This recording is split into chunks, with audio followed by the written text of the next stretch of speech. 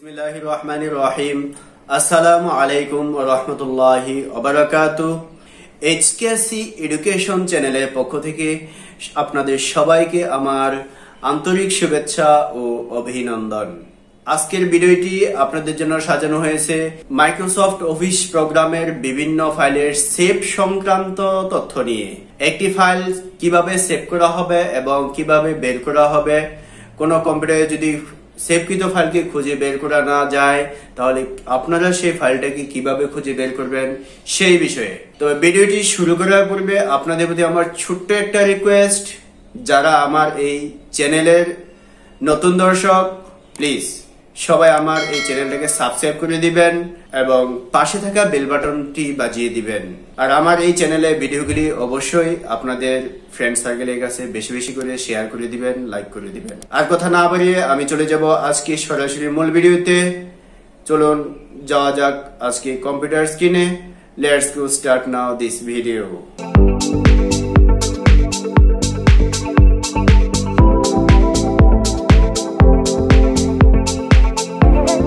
প্রথমে আমি একটি মাইক্রোসফট অফিস প্রোগ্রামের MS ওয়ার্ড ফাইলকে ওপেন করব।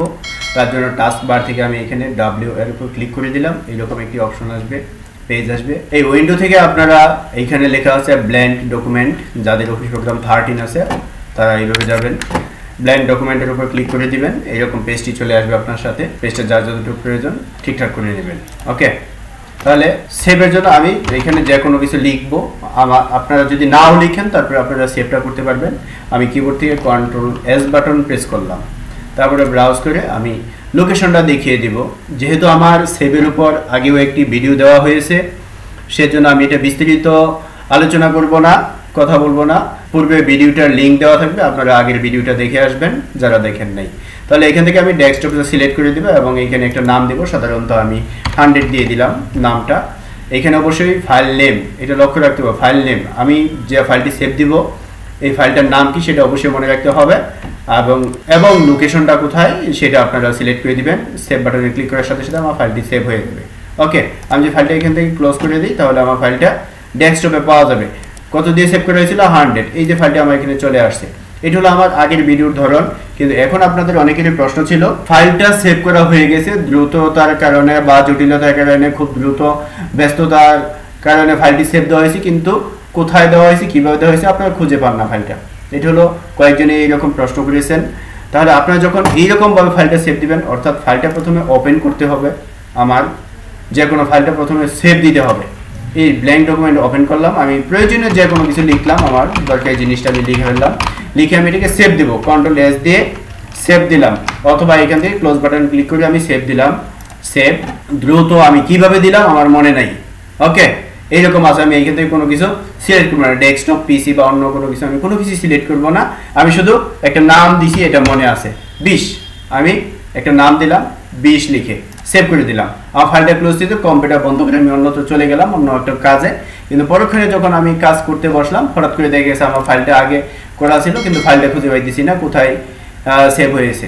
তো এটা আপনারা যেভাবে বের করবেন, এটা কয়েকভাবে বের করতে পারবেন। আপনারা সাধারণত ফাইলটার নামটা যদি আপনাদের মনে থাকে তাহলে আপনারা এইখানে যে টাস্ক বারে W লেখা আছে ওয়ার্ড ফাইলটা, এটার উপর রাইট বাটনে একটা ক্লিক করবেন। এই রাইট বাটনে ক্লিক করার পর দেখেন ইতিমধ্যে যে আমি ফাইলগুলি ওপেন করেছি এই কম্পিউটারে, এইখান থেকে লাস্ট যে ফাইলটা সেটা আমি খুঁজে পাইতেছি না, সেই ফাইলটা আমি বের করব। তাহলে এটার মধ্যে আমি ক্লিক করে দিলে আমার ফাইলটা ওপেন হয়ে যাবে। ওকে, তাহলে এই একভাবে আপনারা ফাইলটা এখান থেকে উদ্ধার করতে পারেন, দেখতে পারেন, বা এখানে পরবর্তীতে কাজ করতে পারেন, বা পরবর্তীতে আপনাদের প্রয়োজন অনুযায়ী বা যেভাবে সুবিধা হয় ফাইলটা এখান থেকে আবার নতুনভাবে সেভ দিয়ে নেবেন, অথবা আপনারা একটি নির্দিষ্ট জায়গায় এই ফাইলটাকে রেখে দিবেন।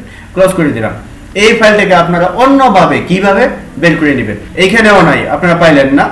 দেখা গেছে এইখানে ফাইলগুলি আপনারা কাজ করতে করতে 2, 4, 5টা 10টা এইরকম ফাইল ওপেন করা হয়েছে, কাজ করা হয়েছে, কিন্তু পরবর্তীতে আপনার যে লাস্ট যে কাজটা করা হয়েছে, অর্থাৎ আপনার যে কাঙ্ক্ষিত ফাইলটা এটা খুঁজে পাইতেছেন না। সেজন্য আপনারা চলে যাবেন মাই কম্পিউটারে, অর্থাৎ দিস পিসিতে। যাওয়ার পর আপনারা সরাসরি চলে যাবেন ডকুমেন্টসে ক্লিক করলে আপনারা এখানে ফাইলটা দেখবেন যে আপনার যে লাস্ট, অর্থাৎ আপনার কাঙ্ক্ষিত যে ফাইলটা 20 নাম্বার, অর্থাৎ প্রয়োজনীয় যে নাম বা ফাইলটা আপনাদের আছে ওই ফাইলটা এখানে দেখবেন শো করতেছে। তাহলে এখান থেকে ক্লিক করলে আপনারা ফাইলটা ওপেন করতে পারবেন, একেবারে ইজি। ওকে, যদি এইভাবে না হয় আপনারা খুঁজে না পান তাহলে আপনি সরাসরি চলে যাবেন সার্চ বারে, এখানে গিয়ে আপনারা 20 লিখে দিবেন। আমার ফাইলটার নাম কি ছিল? 20। এই যে 20 দেখেন চলে আসছে, ক্লিক করলে আমার ফাইলটা ওপেন হয়ে যাবে। ওকে, তাহলে আপনারা যদি ফাইলগুলি সেভ করা থাকে বিভিন্ন ড্রাইভ, ডেস্কটপ বা ডকুমেন্ট যেখানেই থাকুক, অর্থাৎ আপনারা যদি ফাইল সেভ করে থাকেন, কম্পিউটারে ফাইলটা থাকে, অবশ্যই খুঁজে পাবেন, কোনো না কোনো ভাবে পাবেন। তো আশা করি এরপর থেকে কারো ফাইল সেভ বা খোঁজা নিয়ে আর কোনো প্রশ্ন থাকার কথা না। এতক্ষণ ধৈর্য সহকারে মনোযোগ দিয়ে আপনাদেরকে এই ভিডিওটি দেখার জন্য অনেক অনেক ধন্যবাদ।